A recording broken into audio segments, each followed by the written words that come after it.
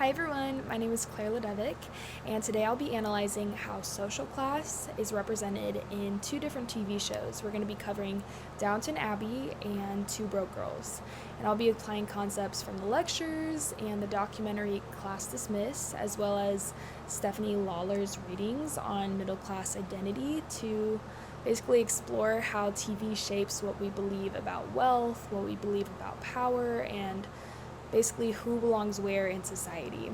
And by comparing these two very different shows, we'll be able to see how TV both disguises and reinforces the realities of class and equality. So let's dive right into it.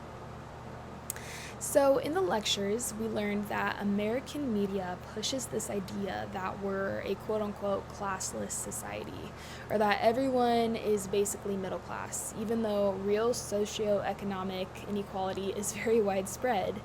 TV often represents these lifestyles and concerns of like the middle and upper classes as if they're universal, and they completely ignore the struggles of working class or poor people. So this was mentioned in the lecture, but like they'll show the struggle of, not having enough time to go shopping or not having the latest clothing items. And, the working class or poor people don't even have the luxury of worrying about those things. These are clearly only middle to upper class struggles, quote unquote.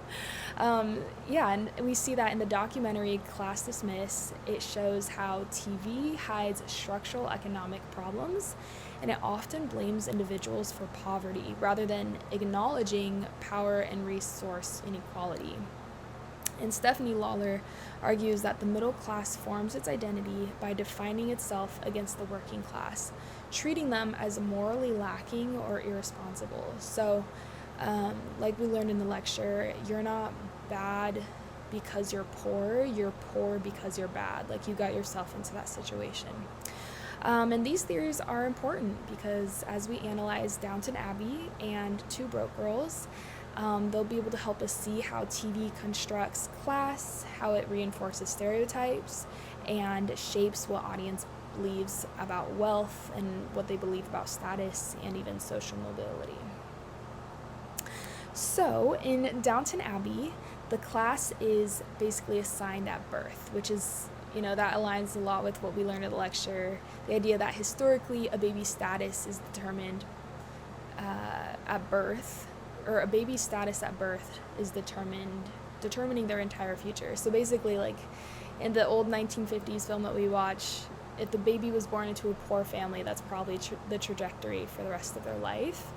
And we see that in this show. The Crawleys hold power not because of their own personal achievements, but because of the fact that the system protects their hereditary privilege. They were born into this rich family, so they are rich, and that's the only reason why they have power. And we see that the show uses architecture and clothing to create very rigid boundaries. So, for example, the family lives upstairs in a luxurious, nice home and they have very nice clothing, while the servants remain downstairs and they're more hidden and controlled, and their clothing isn't as nice. And I showed a few pictures here so you can see. And we see that even when the characters challenge the system, like the servant wanting to become more, the narrative emphasizes that people should remain in their rightful place. And this supports the belief that class differences are natural and even noble. Whereas in Two Broke Girls, it's showing the opposite end of the class spectrum, the working poor, the working class. Instead of discussing the systemic causes of poverty, the show frames their struggles as personal problems to overcome through attitude and kind of like this hustle mindset, which is the narrative of the American dream. Like if you hustle, you're gonna make it.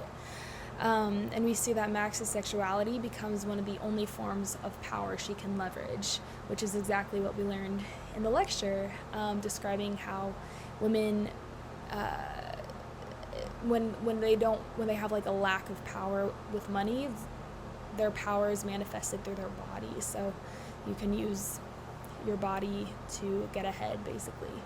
And like in the documentary Class Dismissed, it describes the show also turns working class struggles into jokes. So in this show, poverty becomes more of entertainment rather than a serious struggle that many people face or that these girls are facing.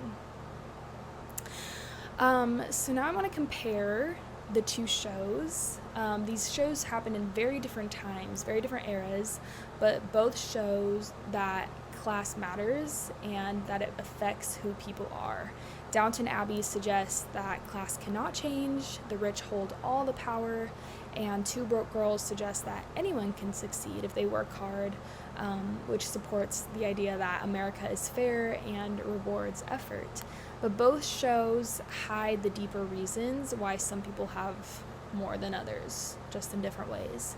And I think that together they show how TV really shapes how we think about class, either by making the rich look glamorous or by making fun of poor people. And overall, analyzing these two shows, I think it really highlights how television both reflects and shapes our understanding of social classes. Downton Abbey presents a class as fixed and tied to birth and tradition, while Two Broke Girls frames class as kind of this temporary thing, and it's tied to more of like personal effort. Yet neither show fully addresses the structural inequalities that affect real people. I think that both series reveal that, there's subtle ways media reinforces social hierarchies, whether through glamorizing wealth or normalizing struggle or shaping audience perceptions of who deserves success and who doesn't. We can see that media doesn't just entertain. It really influences how viewers perceive wealth, how they perceive power, and social mobility. So, and here are my references. Thank you so much for watching. Bye.